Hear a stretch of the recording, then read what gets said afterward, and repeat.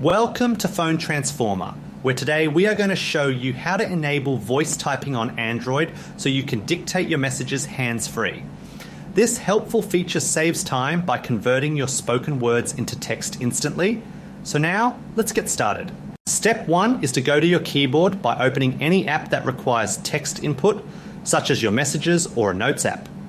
Bringing up the keyboard is necessary because it serves as the gateway to all your typing preferences and input tools. Step 2 is to then click on the gear settings option, which is usually located in the top toolbar of the keyboard interface.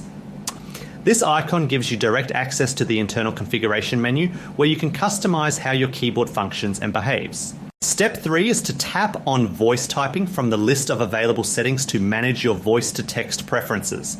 This specific menu is where your phone stores the software controls for recognizing your speech and turning it into digital characters. Step 4 is to turn on use voice typing by toggling the switch to the active position so the microphone icon appears on your keyboard.